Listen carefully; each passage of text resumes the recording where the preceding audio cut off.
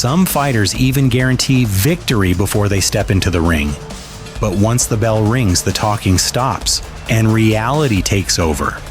Here are some of the biggest examples of cocky fighters getting humbled. Barkley was convinced his size and experience would be too much for the young champion. But once they faced each other, it turned out the opposite. Trouble! And he's still swinging from his heel. Toney responded with one of the best performances of his career, picking Barkley apart for 12 rounds. Toney moving up in class. A right hand, rock Barkley, and a left follows. Before the 6th round. Oh, nice left. Barkley taking a lot of punishment. 12 round, super middleweight title on the line. Barkley a nice left, one of his best punches of the fight. Toney fires back with a rapid combination. This fight, his career coming to an end. Barkley in trouble. Toney, that was a good punch. And he follows with a combination. And Barkley a left and bleeding profusely is Barkley. Because he came in exceptional shape.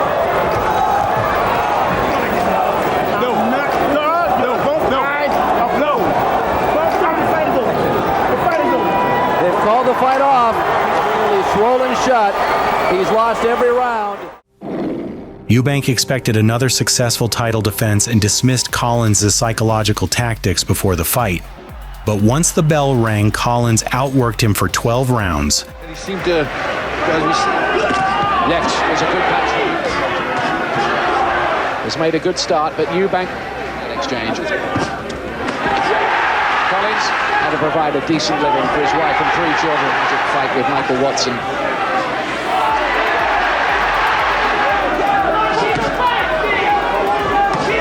It's lunging a bit. Eubank goes onto the floor. Crucial breakthrough in the right hand. Crashes through as well. Eubank's in trouble. A good body punch. Certainly landed with a body punch. We know... Down goes Eubank again. Must somehow get through this round. 10th round. Interestingly, Glenn, we've just done it. He looks like a man who might have fought his fight, Collins. An instinct with the batteries going ever flatter. For the last couple of rounds, they both hold up their hands along. And walked away with a unanimous decision. Collins has won it! And inflicts the first defeat ever on Chris Eubank. He now has 2 world championships. Barrera confidently claimed Bivol had never faced anyone with his experience or power. Test Bivol and find out what Bivol is really all about. But Bivol made it look easy. On a global level, it's a sort of light heavyweight Gennady Golovkin, fighting against a better fighter than he's been in with before and trying to take over the fight. He lands both shots. He lands the left jab, he lands the straight. A left hook. He lands another left hook that wobbles Barrera. He throws it quick and it's over with. Like that. Bivol also keeps his hands up very high, and he has quick hands. Just don't see many 175-pound fighters who can put the difference. Water. Give him some water. He controlled the fight with pinpoint accuracy, before landing a huge right hand in the 12th round that knocked Barrera out. You want to see more American champions, we have to get our amateur... Oh! Down goes Barrera, and you can see Bivol thinking to himself, I still have a shot at a knockout. Barrera get up. Is Harvey not going to let him continue? No. It's a stoppage, and Bivol gets the TK. Stiverne dismissed Joyce as an inexperienced prospect and expected to hand him his first defeat. Joyce wasted no time proving otherwise. Here we go, round 1. Don't blink. Right. Another overhand. Stiverne trying. Good right hand by Joyce. And a left. So Joyce, he wobbled him there. Joyce has to be careful. Oh, good left hook by Joyce. That could be a game changer right there. Good right hand, good uppercut again. Joyce. Stiverne taking a lot of punch. Straight right hand might do the trick. Berman Stiverne on the right getting beat up in the black strong. Oh, nice right hand. The ref. He overwhelmed the former heavyweight champion with heavy punches, forcing the referee to stop the fight in the 6th round after Stiverne could no longer defend himself. Sitting there. There you go. Then he finally stopped it. To be honest, I didn't want to see anymore. Don't like to see fighting. Joyce! Galvano wanted revenge after losing his WBC title to Benn and believed he could outbox the champion, but Benn never let him take control. He kept the pressure on from the opening bell. Benn loves the smell of danger though, Jim. That's a 4 on 22 wins.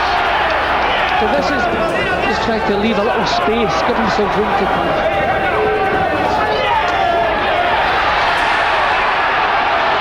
Kind of behind on what I would think on the judges' scorecard. You never can tell with these fellas. So no knockdowns. Joined display between Nigel Benn. Wrestling so much inside there. Obvious side is good left hook from Benn, followed by a nice little right hand. I was wondering about that. That's an argument. Benn beginning. He's trying to lure this fellow into a fight. It's a good round, this one now. This round, Reg, which you would have thought maybe Benn could have exploited a little bit. Back in 90. A good right hand from Benn. Good clinch. Well, I'll tell you what, I think I might be ducking under the ring if it goes the other way, Jim. I don't think and earned a clear unanimous decision, proving once again that Galvano still had no answer for the Dark Destroyer. He wanted by that much, but I think that he wanted on the last couple of rounds. Katsidis promised his relentless pressure would overwhelm Marquez and refused to believe the veteran could keep up. Touch him up, Benn Swati. Go.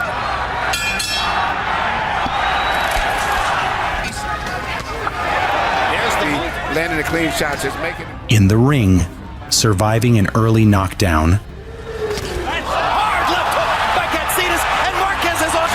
Tremendous shot. 28-28, even though he was down in the preceding round. It appears to me. Daniel snatched him to the bottom of the left hook. Well, bended Ortiz, summer before last. Watch Rawls. Marquez opening up again. He finds the target. Uppercut, uppercut, uppercut. Marquez took control with sharp counters before landing a devastating right hand in the 9th round that ended the fight. Different angles where Katsidis can't even see him. And Kenny Baylor stops the fight. Baylor stops the fight with Katsidis still on his feet. On my way. Dinamita. Austin predicted he'd shock the heavyweight division and claimed Klitschko had never faced anyone like him. The prediction aged badly. Austin's corner not asking. Vladimir mixing the hook with the jab. Klitschko blasted him with 2 huge right hands. There's a big left hook from Klitschko, and the second left hook knocks Austin down. And that's the left hook I was telling you about. Sets it up with a jab, and then and finished the fight less than 2 minutes into the 2nd round. It's over. Is done on 2 left hooks from Vladimir Klitschko, who never once had to unleash his right hand in the fight. Just that Austin was outclassed. That turns out to be fun. Look now at the double left hook. Boom. There's the first one. I think Austin's gone after that. The second left hook gets into his face. 1, 2, 3, 4. I think there are actually 4. There was 5. Yeah. Well, with a glancing, they couldn't put together the business details of a possible challenge against Moscaad. Harrison spent months insisting he knew exactly how to beat Haye and guaranteed an upset. This all through his career, but I mean physically it's younger. A fact not often mentioned in the previous 3 rounds. Once the fight started, Haye gave him no chance to prove it. the poorest fights he can't have. Do whatever's necessary to stay. Well, that is a comparative remark, and he gets there and step back, just trying to draw lead. Good right hand. Another right hand and another body shot. goes the right to become a world champion. Now the big right hand was stopped by that. The gloves were dropped. Haye knows it. Getting to him here. He's getting to him here. Oh, big shots. A brutal combination in the third round dropped Harrison. It's full credible. He needs to grab hold of David Haye. Can he get up? Gets up and Haye shows the courage he does want to go. And the referee waved it off moments later. Finish it here. I think he does finish it. Haye shows his class. Haymaker. Taylor believed Froch's unbeaten record wouldn't survive against an elite former world champion. And he has to go to the back of the line. Round one. He controlled much of the fight and even had Froch in trouble early, but Froch never gave up. Most expected him to have a very good portion in the first part of this fight. Oh, wow. Right hand. That's another right hand. Right cross through. Trying to steal it. They butt heads. And one. Taylor's in trouble. Froch pouring it on against the former undisputed champ. And he's got him on the ropes. 45 to go. Froch closing in. Froch. Taylor staggering. They're ready to stop it. Froch trying to catch himself. Using his jab. Eats a right hand. Another right hand. And he goes. Oh my goodness. With seconds left in the final round, he unleashed a furious combination that forced a dramatic last-minute stoppage.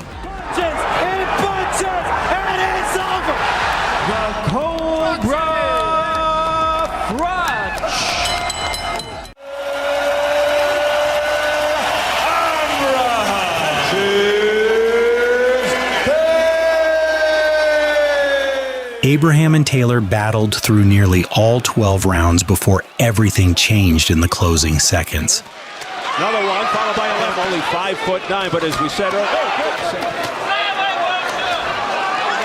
Taylor coming forward for a brief second, but then he stepped back, and now they go at it on the inside. Oh, terrific body shots then upstairs.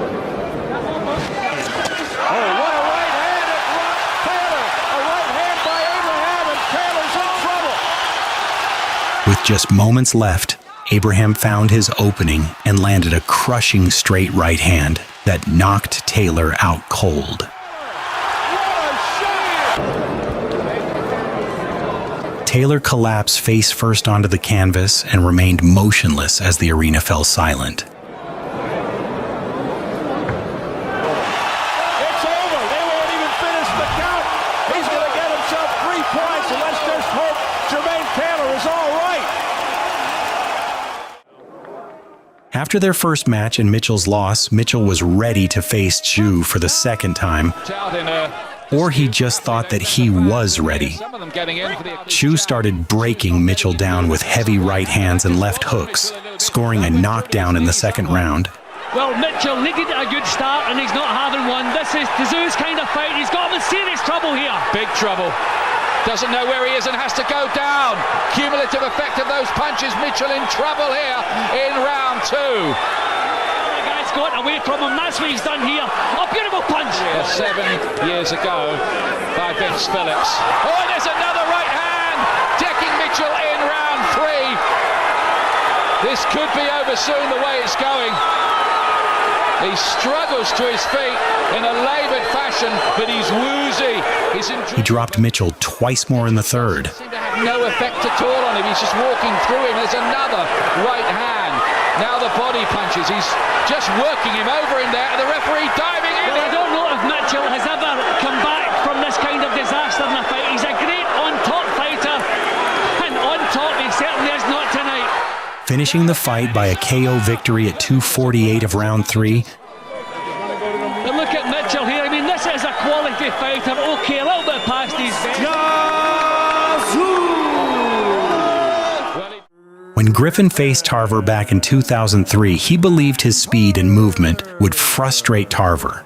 The only thing frustrated was his optometrist. Tarver dropped Griffin in the first round. When Tarver landed the left hand before, and now Tarver gets him into the corner, and with a left and a right. Kept him stuck on the outside and landed the harder shots all night. And again. Griffin taking it well for the moment, but Tarver comes. Rocky Graziano war. He also cut and damaged his eye, forcing the doctor to check it several times. In the final round, Tarver dropped him again, just to confirm the diagnosis. As he could to deal with his tactical disadvantage. He stepped on his feet. Eats a straight left hand. I saw Tarver actually step on his feet when he hit him. If he hadn't did that, I don't think he would have went down. And Tarver, smiling for the first time in the fight, comes forward to try to finish Griffin, but the bell ends the fight. On the feet at the same time. Not that it was on purpose, but I saw it. But it doesn't show right here. And that's why he's trying to hold his balance right here. Might have gone down anyway, man. Antonio, the Magic Man, Tarver. Anthony Hambrick versus Booker T. Word. Well, this was not boxing. This was synchronized breakdancing disguised as a fist fight. And he puts on a show. Seconds later in the fight, one punch landed, his legs disconnected from the Wi-Fi, and he collapsed like a folding chair at a barbecue. Left by Hambrick. That shakes Word. Word now holding on.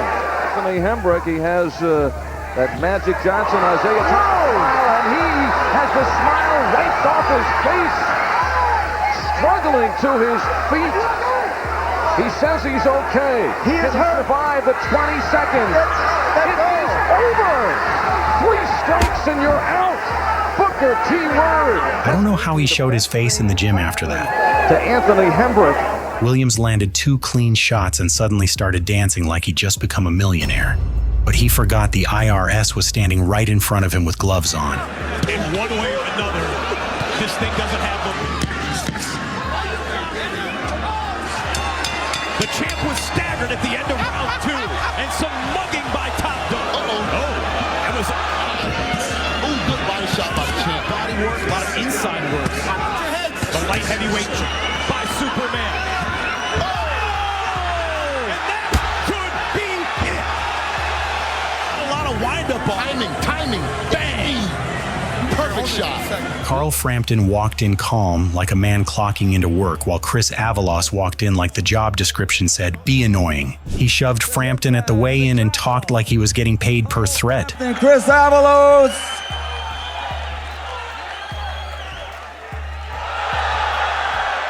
It's tomorrow night, gentlemen, tomorrow night. And for his information, I'm gonna win. And I'm gonna take the belt home. I ain't come all the way out here to lose, so it's pretty stupid I come out here to lose. Makes no sense. I'm not gonna lose.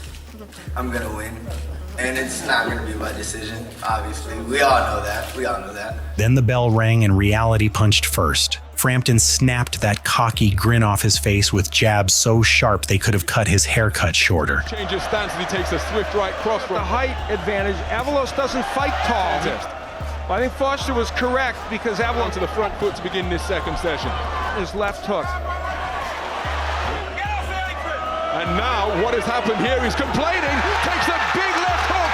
Referee Howard Foster of right hand over the top again. Avalos kept nodding like, yeah, that's fine, while absorbing trauma in high definition. Decibel level here in the Odyssey has been raised once again. They sense that their man is on top. And Avalos lost his footing after the course of contest and the destiny of champions throughout boxing. And now it's a right hand over the top. That was on that punch. By round 5, Frampton said, all right, clown show's over. He hit the turbo button and started throwing punches like he was trying to fix a stuck vending machine. 5th round, another right cross, flushes home. Avalos trying, Howard Foster poised to step in. Avalos trying to fight back, but he's being overwhelmed by this typhoon from Tiger's Bay. The ref finally stepped in before Frampton turned Avalos into a backpack. Avalos now just throwing arm punches. The fight has been punched out of him. He looks ready to go. Show up machismo as he waves Frampton in. Frampton obliges him and stops the challenger in round number 5. Frampton were just raining on him. And that's when a wobbly He was relentless. Arthur entered the fight expecting Gomez to be nothing more than another routine defense. He even started well with his jab in round 2, but Gomez kept landing his left hook. But he's going to have to really work. Gomez hurt him badly in the 3rd round. He kept pressuring him.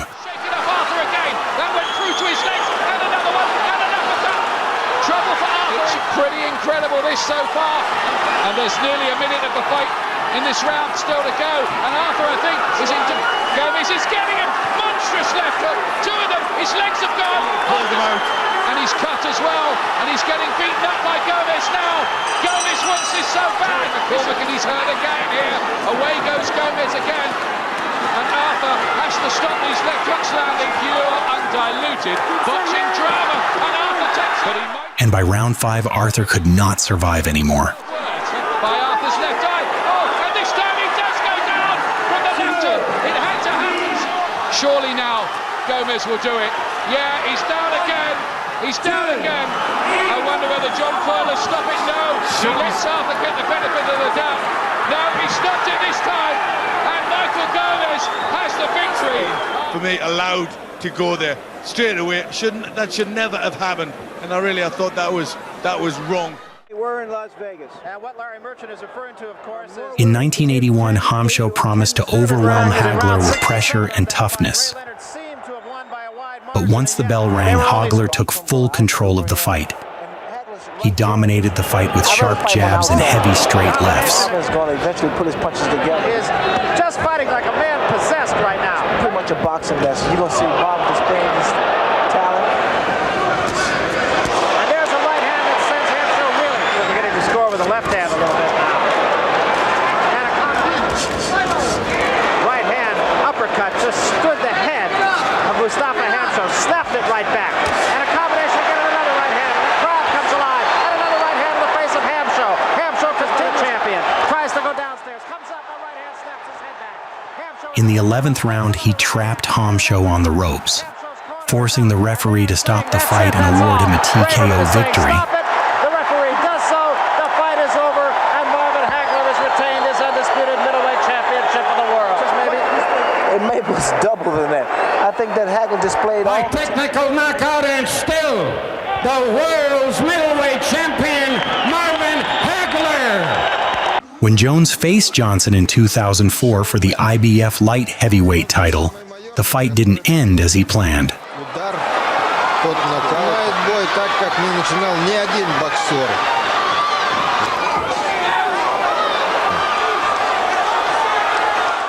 Early in the 9th round, Johnson landed a crushing right, followed with a short left hook. A combination that sent Jones crashing hard to the canvas, where he remained unconscious for several minutes.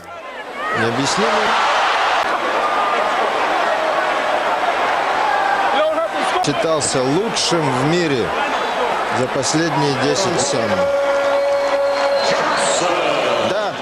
McAllister came into the British lightweight title fight full of confidence, insisting Murray wasn't on his level and that he'd leave with the belt. He left with the belt, technically, just wrapped around his ribs. He's relying on just his raw strength to get him through. Murray broke him down with relentless pressure and heavy body shots. Blinking a little bit, Murray, and he's taking a couple of big shots there. McAllister, in the second round, has started to find his range, and the referee rightly split time. This is where Murray wants it. Good right hand, and the left hook as well from Murray. Real good quality shots from Murray. Kidology from McAllister. Murray says, yeah, I can land some more, and does. And he will. He chooses to fight, and I think it's a bad tactic. Look, he's saying, come on, hit me not up. Landing as much. Good right hand from Murray. Is it just me? So by the 8th round, the referee stepped in to stop the fight. Beautifully on the jab. Oh, good body shot. He shakes his head to the corner.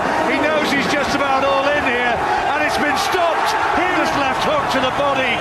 Still British lightweight champion, John Murray. On July 2nd, 2011, David Haye strutted into the ring, acting like he'd already beaten Klitschko in his dreams, interviews, and every Photoshop meme he posted before the fight. His personality is exactly how he fights. Boring. You're getting knocked unconscious. You're going to be crawling around on the floor, saying, he's coming to get me. I want the Klitschko's heads, plain and simple. No doubt. You and your brother. And I'm going to have them. This year, I'm going to have both of them. But when the bell rang, Klitschko jabbed the confidence out of him so cleanly it looked like Haye was paying rent to live behind that glove all night.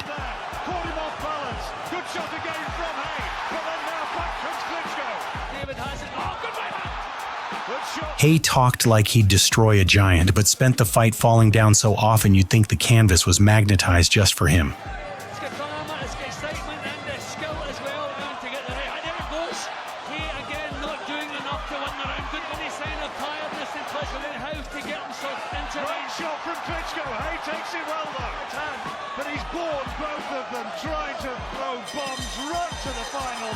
Klitschko won a unanimous decision, collected the belts, and left Haye standing there, wondering how trash talk could disappear faster than his balance. When Moloney stepped into the cage with Inoue, he repeatedly spoke about upsetting the Japanese superstar. But the Japanese superstar had other ideas. Hey! Before, he was not the only common opponent. Takes it well. There it is, once again the attack, right hand. Oh, beautiful double uppercut. And now Moloney's got to watch out. The stalking cushion, a massive amount of cushion. There's a right hand counter once again from Inoue as now he digs to the body. But sometimes it's big right hand there from Inoue, and Moloney takes it and he takes 2 steps back. If you could hear the thoughts that shot right there. Down goes Moloney on a quick counter. After controlling the fight from start to finish, he detonated a right hand in round 7 that ended the contest instantly. That's one way to reject a game plan. Down and hurt. 7, 8. It's over. It is over. Naoya the Monster Inoue on Halloween night. Naoya the Monster Inoue! After dominating several heavyweight contenders, Golota didn't take this battle so seriously. He entered the fight relaxed, but the fight ended faster than an eye blink. Right hand over the top by Lewis. Lewis landed a devastating overhand right that badly hurt Golota. Hook by Lewis. Golota goes down. Only the second time in his career that Andrew Golota has been down, and he is extremely wobbly as he gets up. Lennox Lewis has a tremendous opportunity for a first-round knockout here. All right. Hold on. Let's go. Yeah, I don't think Golota's ready. This is over. Followed by a powerful left hook that dropped Golota to the canvas. A lot of time, but he has absolutely nothing as Lewis pounds him to the canvas. Ending the fight at 1:35 of the first round. That's it. Tremendous statement by Lennox Lewis. A big statement.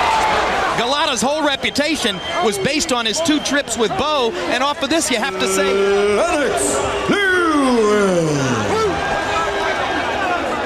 1998, Kennedy McKinney walked into the ring acting like his Olympic gold medal came with unlimited lives. The man talked so much trash you'd think he was fighting with a microphone instead of gloves. Come here and think you can beat me, huh? Think you can beat me, boy. You cannot beat me. You cannot whoop me here in my town. Listen. But the moment the bell rang, Barrera came in swinging with the IRS energy. No matter where McKinney tried to run, he still got collected. But he's getting hit a lot more. Body shot hurt McKinney bad. Barrera knows it. Follows up with a barrage. Hit him once. Oh, but see, he can't get caught back. Down goes Kennedy McKinney. Barrera is known as a great finisher.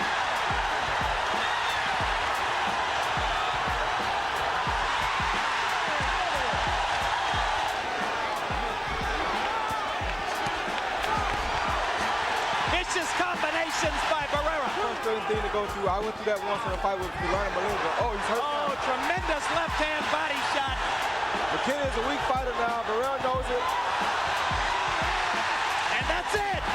McKini sprawled and humbled, a living reminder that in the ring, boasting louder than your opponent is only dangerous if your fists are louder too. Lacy entered this fight confidently, where many even predicted the unbeaten American would knock the Welsh champion out and take over the division. Instead, Calzaghe put on a boxing masterclass. Short, straight left. Lacy into his face. Those are low punches, surely. Yeah, this is getting Calzaghe round, and look at this! Terrific work from Calzaghe.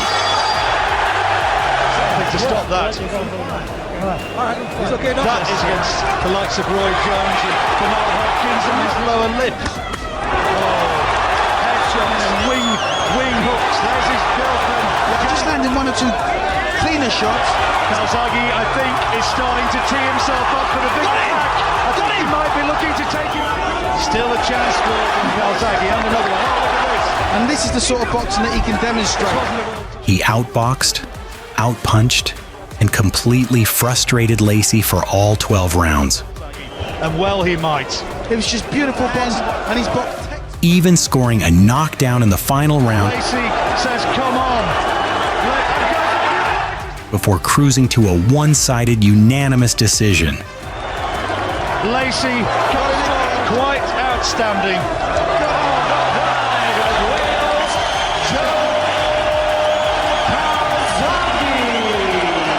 If you enjoyed the video, don't forget to like, subscribe, and tell us in the comments which moment surprised you the most. Thanks for watching.